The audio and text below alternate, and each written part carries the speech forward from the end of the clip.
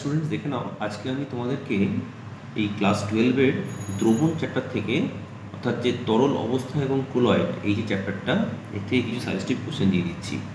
এটা থেকে 8 নাম্বার আসবে। আমি মোটামুটি কিছু কিছু টাইপ কোশ্চেন তোমাদের তুলে ধরেছি, একটু ভালো করে দেখতে থাকো। তো সবচেয়ে প্রথমে দিয়েছি কোন জলীয় দ্রবণের হিমাঙ্ক সবচেয়ে বেশি হবে। এখানে তোমরা দেখলে বুঝতেই পারছো যে এই তিনটে দেখো, এদের আই আছে, তাই না? অর্থাৎ এই তিনটে ভাঙবে, আর এদের মধ্যে ভাঙবে না হচ্ছে একদম গ্লুকোজটা, অর্থাৎ তাহলে এখানে অ্যান্সারটা হবে এইটা। আচ্ছা, এরপরে আছে নিম্নলিখিত কোনটি কোলিগেটিভ ধর্ম নয়।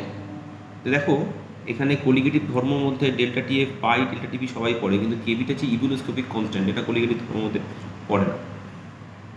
আচ্ছা, এরপরে দিয়েছি 0.2 মোলার ইউরিয়া দ্রবণের অভিস্রবণ চাপ 300 কেলভিনতে কত হবে।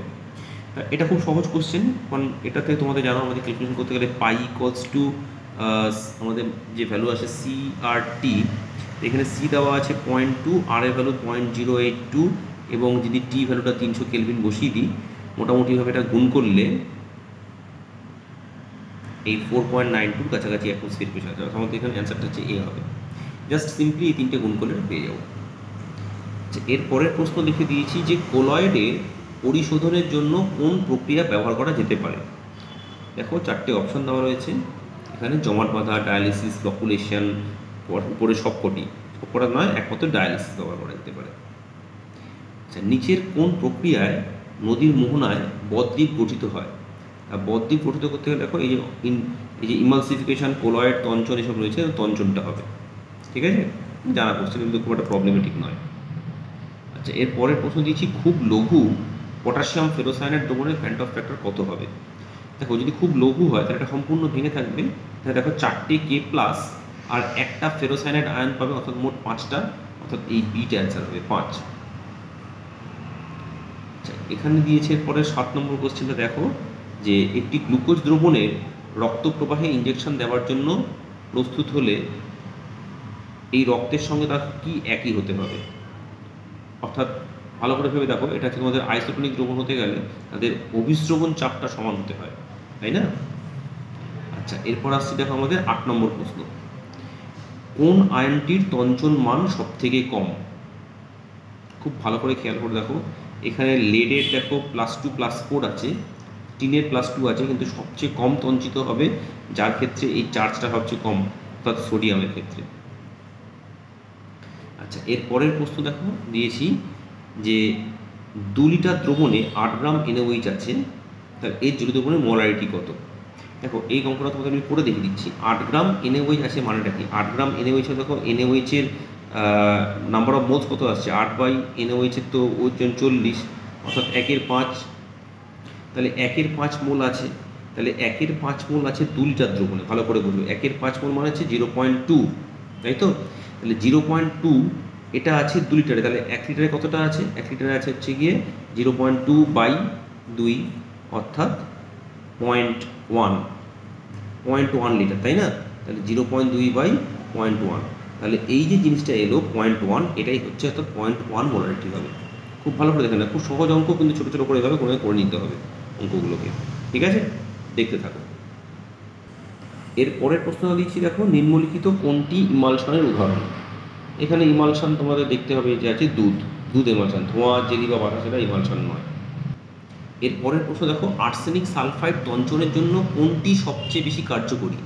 দেখো, এখানে এই এতগুলো আয়ন রয়েছে, দেখো তার মধ্যে খেয়াল করে দেখো, ফসফেট, অ্যালুমিনিয়াম, সালফেট, আর এখানে এই যে সোডিয়ামের রয়েছে। তা এখানে দেখো, আর্সেনিক সালফাইডকে তঞ্চন করতে গেলে সবচেয়ে বেশি কার্যকরী যেটা হবে, সেটা হচ্ছে আগে বুঝতে হবে এখানে ধনাত্মক আয়ন কটা আছে। দেখো, আর্সেনিক সালফাইডকে তঞ্চন করতে গেলে ধরে নেওয়া হয় এটা একটা ঋণাত্মক সল, ঠিক আছে? তাহলে সেই হিসেবে দেখতে গেলে দেখো, তোমার ফসফেট আর সালফেট বাদ হয়ে গেল, রইল হচ্ছে অ্যালুমিনিয়াম আর সোডিয়াম। তাহলে অ্যালুমিনিয়াম আর সোডিয়াম থাকলে অ্যালুমিনিয়াম বেটার সল, মানে তঞ্চন করতে বেটার, কারণ +3 আছে, ঠিক আছে? আচ্ছা, এবার এটা অ্যাসিডিক অ্যাসিডের বেনজিন ডাইমারাইজেশন হলে ফ্যান্টফ ফ্যাক্টর ও সংযোজন মাত্রা আলফা হল কিন্তু সম্পর্ক কী, অর্থাৎ আই আর আলফা কিন্তু সম্পর্কটা। দেখো, আমি তোমাদের ছোট্ট করে কষে দেখিয়ে দিচ্ছি এখানটা, নিচের দিকে দেখো। অ্যাকচুয়ালি আমাদের ফর্মুলাটা কী ছিল, ভালো করে বোঝো। আলফা ইকুয়াল টু সংযোজনের সময় যেটা হয় সেটা হচ্ছে 1 - I by 1 minus 1 by N, তাই তো? এটা যদি আমরা কোনাকুনি গুণ করে নিই তাহলে দেখো এখান থেকে আমাদের এন তো 2, যেহেতু ডাইমারাইজ করছে, তাহলে 1 minus I equals to alpha into 1 minus half, তাহলে এটা আসছে alpha by 2, therefore I equals to 1 minus alpha by 2। ঠিক আছে, তাহলে ক্যালকুলেশনটা বুঝতে পারলে। তাহলে এইখান থেকে আমরা যদি ক্যালকুলেশনটা বুঝতে পারি যে কীভাবে আসছে, তাহলে এখান থেকে দেখো দেখতে পারলে আমাদের এই যে অপশানটা রয়েছে এখানে অ্যান্সার এটা ডিএডটা। ঠিক আছে, আচ্ছা এর পরের প্রশ্নটা দেখো, এটা খুব ভালো প্রশ্ন। 6 গ্রাম ইউরিয়া 90 গ্রাম জলে দ্রবীভূত করা হয়েছে, বাষ্পচাপের আপেক্ষিক মানের হ্রাসের মান কত? দেখো বাষ্পচাপের আপেক্ষিক হ্রাস ক্যালকুলেশন করতে গেলে তোমাদের বার করতে হবে, যেটা আমি বলি এখান থেকে আগে আমাদের জানতে হবে এই যে P0 minus P by P0 equals to W2 by M2 by W1 by M1, তাই তো? এটা ক্যালকুলেশন, অর্থাৎ এটা হচ্ছে বাষ্পচাপের আপেক্ষিক মানের। এবার দেখো এখানে আমাদের চলে আসছে W2 M1 by W1 M2। W2টা কি? এখানে আমাদের এই যে দ্রাবের ভর অর্থাৎ 6 গ্রাম, তাই তো? তাহলে এখানে দিয়ে দাও, এটা হচ্ছে 6 গ্রাম। আচ্ছা এবার দেখো এই যে W1টা কি? 90 গ্রাম, বসিয়ে দাও। M1টা হচ্ছে জলের 18 গ্রাম, আর M2 হচ্ছে কি আমাদের ইউরিয়া, ইউরিয়া হচ্ছে আমাদের 60। তাহলে কাটাকাটি করলে দেখো এটা কাটলে 5 আর 6 দিয়ে এটাকে কাটলে হচ্ছে আমাদের 10, তাই তো? দেখো কত আসছে 1 বাই 50, 1 বাই 50কে ভাগ করে দেখো 0.02 হয়ে গেল। তাহলে আপেক্ষিক চাপের মান হ্রাসটা হচ্ছে এই হবে, অ্যান্সারটা হবে এ। তাহলে ক্যালকুলেশনটা বুঝো না, ছোটো করে তোমাদের এমন ক্যালকুলেশন করতে হবে, বেশি কিছু লেখালেখি করার দরকার নেই। আচ্ছা সবচেয়ে লাস্ট প্রশ্ন আজকের, কত গ্রাম মিথানল CH3OH আর কি জলে যোগ করতে হবে এতে 150 ml 2 মোলার দ্রবণ প্রস্তুত করতে হবে?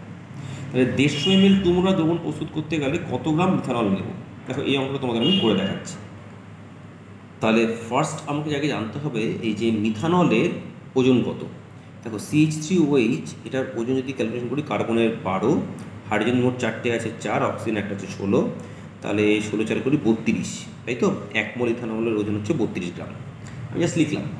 আচ্ছা এবারে দেখো যেটা করতে হয় সেটা হচ্ছে গিয়ে অ্যাকচুয়ালি আমাদের এই 1000 মানে এই যে লিটার ml জলে যদি 1 মোলার হতে হয় তাহলে 32 গ্রাম মিথানল যুক্ত করতে হবে। আগেটা গ্রাফে করলাম আমরা, 1000 ml 1 মোলার করতে গেলে 32 গ্রাম মিথানল, আমাদের করতে হবে কি 150 ml 2 মোলার। আচ্ছা তাহলে এক কাজ করি, তাহলে 1000 ml 2 মোলার করতে গেলে কী করতে হবে? 2 মোলার করতে গেলে আমাদের 2 দিয়ে গুণ, 32 ইন্টু 2, তাই তো? 64 গ্রাম দিতে হবে। তাহলে এবার এটা 2 মোলার হয়ে গেল। এবার 1000 ml জায়গাটা যদি আমি 1 মোলার করি তাহলে এটা 1000 দিয়ে ভাগ হবে, আর এটা যদি 150 ml করি তাহলে ইন্টু 150 দিয়ে ইন্টু হবে।